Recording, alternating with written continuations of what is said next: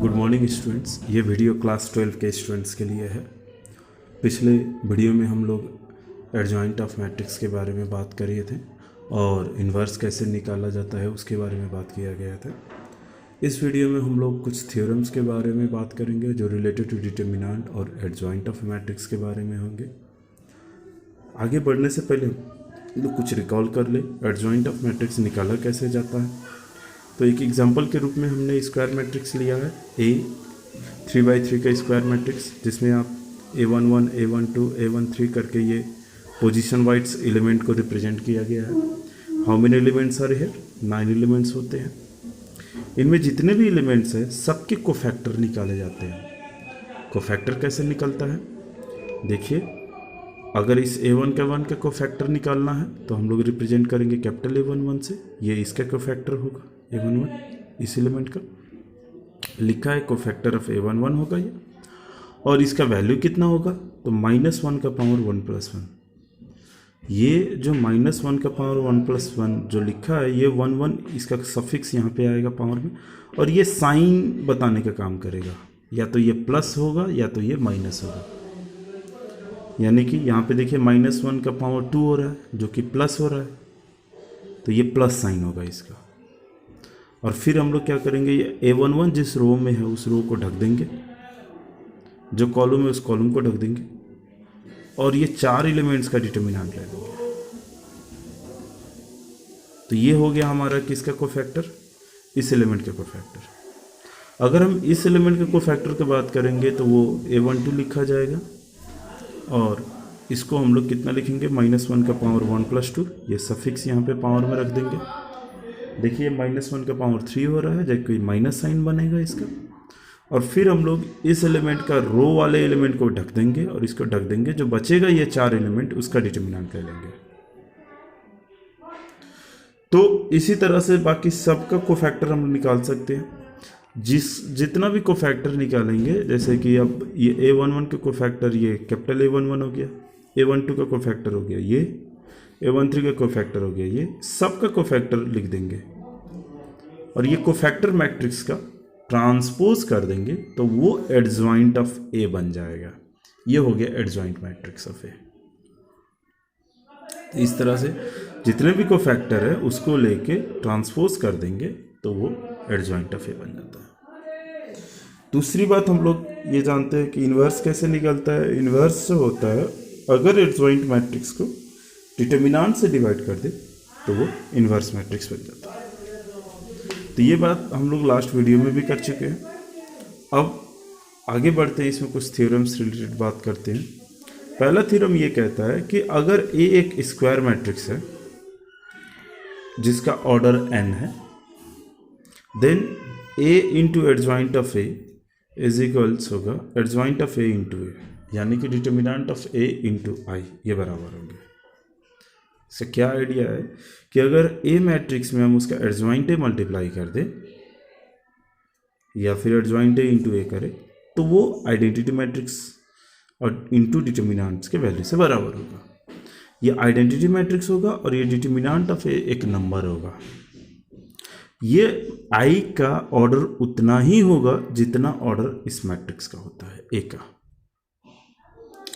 इसको सिंपली हम लोग समझना चाहते हैं, ये प्रूफ नहीं है, बस एक समझाने के लिए कि थ्योरम में ये कैसे आया कह के शॉर्टकट में समझना है। तो A इंटू A इनवर्स हम लोग आइडेंटिटी तो लिख सकते हैं, या फिर A inverse into A identity.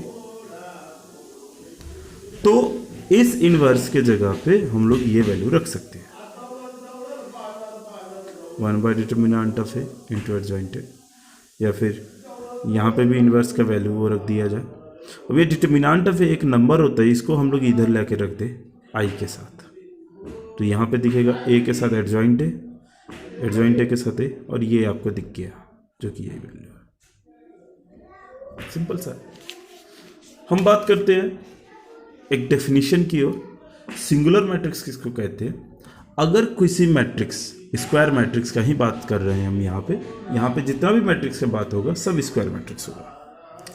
अगर किसी स्क्वायर मैट्रिक्स का डिटर्मिनेंट 0 है तो उस मैट्रिक्स को हम लोग सिंगुलर मैट्रिक्स कहते हैं।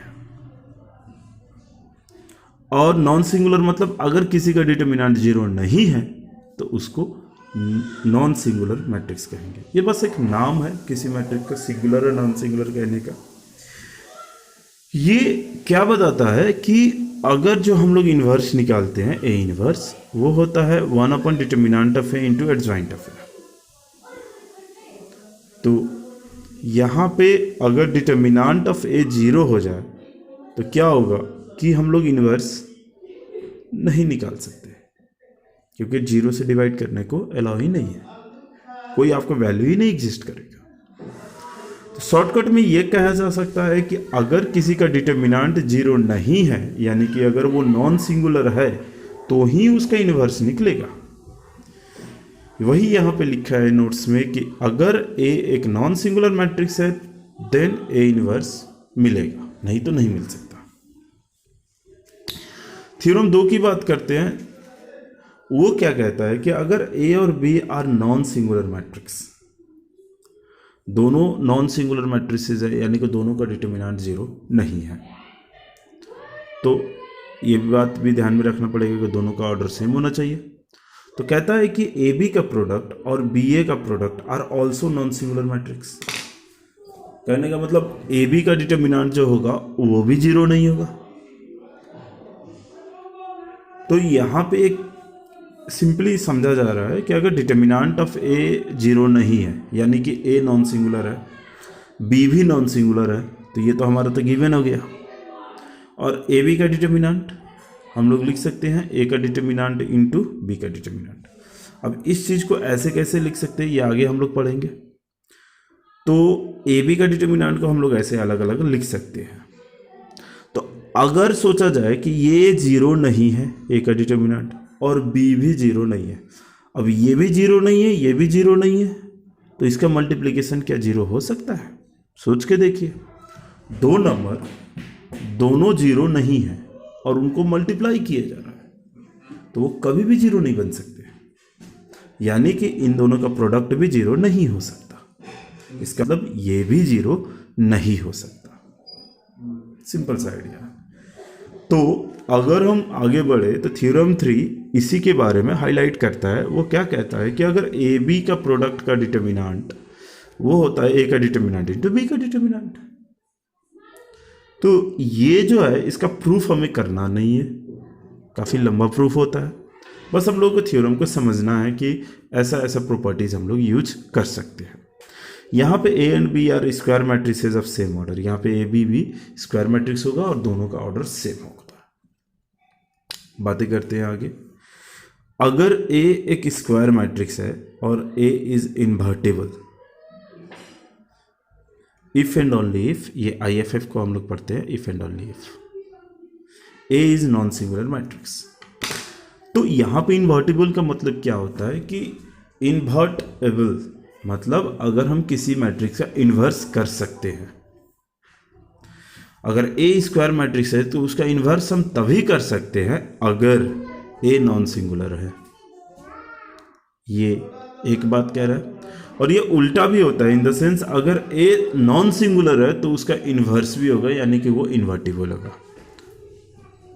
तो सिंपल सी बात है। अब हम लोग कुछ नोट्स की तरफ बढ़ते हैं। पहला नोट्स है कि एडजॉइंट ऑफ ए का डिटर्मिनेंट वो होगा डिटर्मिनेंट ऑफ ए का पावर n-1। यहाँ पे n क्या होगा? n होगा ऑर्डर ऑफ मैट्रिक्स। अगर a एक स्क्वायर मैट्रिक्स है, उसका ऑर्डर 3 है, 4 है, तो उसका एडजॉइंट का भी ऑर्डर सेम ही होगा, वो भी स्क्वायर मैट्रिक्स बनेगा। तो यहाँ पे लिखा है एडजॉइंट ऑफ ए का अगर डिटर्मिनेंट निकाले तो वो डिटर्मिनेंट ऑफ ए का पावर n-1 होगा। कैसे? जरा सोचा जाए। सीरियस, अगर हम यहाँ पे a इंटू एडजॉइंट ए बराबर डिटर्मिनेंट ऑफ ए इंटू आई तो लिख सकते हैं। ये थ्योरम 1 है जो कहता है कि a और एडजॉइंट ए का product determinant of A into I लिखा जा सकता है। ठीक है, अब a इंटू एडजॉइंट ए का डिटर्मिनेंट ले ले और डिटर्मिनेंट इधर भी ले ले, दोनों तरफ डिटर्मिनेंट ले लिया हमने, तो इन दोनों मैट्रिक्स को अलग अलग रख सकते हैं। ये भी प्रॉपर्टीज है हम लोगों का। और ये जो a है ये एक नंबर है, ये अगर बाहर निकलता है डिटर्मिनेंट से तो ये power n into determinant of i लिखा जाएगा। ये एक प्रॉपर्टीज है जो हम लोग आगे बात करेंगे। सिंपल सा है कि अगर कोई भी नंबर इस तरह से लिखा गया है और वो अगर बाहर निकलने की कोशिश करता है तो उसका पावर n होगा। n क्या होगा, वो इसका ऑर्डर होगा, इस i का ऑर्डर जितना होगा, इस मैट्रिक्स का ऑर्डर जितना होगा वही इसके पावर में आएगा। तो लिखा भी है n is order of matrix. तो यहाँ पे ये डिटर्मिनेंट इसके नीचे डिवाइड कर सकते, कितना हो जाएगा, डिटर्मिनेंट ऑफ a का पावर n-1 और i का डिटर्मिनेंट कितना होगा 1। आइडेंटिटी मैट्रिक्स का डिटर्मिनेंट 1 होगा। तो इस तरह से एडजॉइंट a को आपको मिल गया। दूसरा बात इसी के ऊपर है, ये जो हमने ये बात बताया वो यहाँ पे थ्योरम में है। वो क्या लिखता है कि अगर कोई k एक नंबर स्केलर वो मैट्रिक्स में मल्टीप्लाई हुआ है, उसका डिटर्मिनेंट करेंगे तो अगर k को बाहर निकालने की कोशिश करते हैं तो वो k का पावर n हो जाएगा, where n is the order of matrix, और डिटर्मिनेंट वैसे प्रोडक्ट में आएगा। ये कैसे हुआ, इसके लिए देखिए यहाँ पे क्या दिखाया गया कि k a, तो k तो एक नंबर हो गया, a हमने एक 3x3 मैट्रिक्स ले लिया। 3x3 मतलब इसका ऑर्डर 3 भी कह सकते हैं, ठीक है।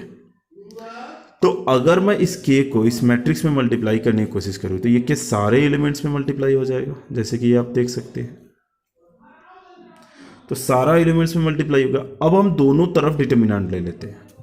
तो दोनों तरफ डिटर्मिनेंट लीजिएगा तो कुछ इस तरह से दिखाई देगा आपको, डिटर्मिनेंट ऑफ k और इधर भी डिटर्मिनेंट। तो हम लोग ये जानते हैं अगर मैं कॉमन लेने की कोशिश करूँ k को तो यहाँ पे एक k नहीं निकलेगा, 3 निकलेगा, क्योंकि इस R1 से भी k आएगा, R2 से भी k आएगा, R3 से भी k आएगा। इस तरह से 3 k आए। 3 k क्यों आए?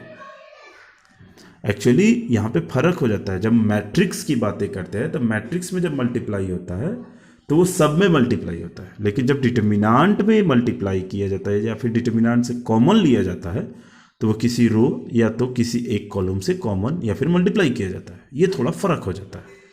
इस तरह से यहाँ से जो k आया वो 3-3 आया, क्योंकि इसका ऑर्डर जो मैट्रिक्स का था वो 3 था, और ये बच गया डिटर्मिनेंट ऑफ a। तो यहाँ पे k का डिटर्मिनेंट क्या, q a का डिटर्मिनेंट हो गया। तो ये यहाँ पे हमने 3/3 का लिया इसलिए पावर 3 आया। अगर उसका ऑर्डर 2 होता तो यहाँ पे 2 आता, अगर ऑर्डर 4 होता तो यहाँ पे पावर 4 होगा। तो इस शॉर्टकट में लिखा है कि k का पावर n a लिखा गया है वहाँ पे। अब आगे कुछ और की बात करते हैं, जैसे कि a इनवर्स का डिटर्मिनेंट 1/डिटर्मिनेंट ऑफ a होता है। अब ये कैसे हो गया, तो इसको हम लोग यहाँ पे देखते हैं। a इनवर्स जो होता है वो होता है 1/डिटर्मिनेंट of a adjoint of a होता है। अब देखिए इधर भी डिटर्मिनेंट मैंने ले लिया तो इधर भी डिटर्मिनेंट लेना पड़ेगा। अब ये तो पूरा एक k के जगह पे है ना, क्योंकि वो एक नंबर है 1/डिटर्मिनेंट, और ये एक मैट्रिक्स है।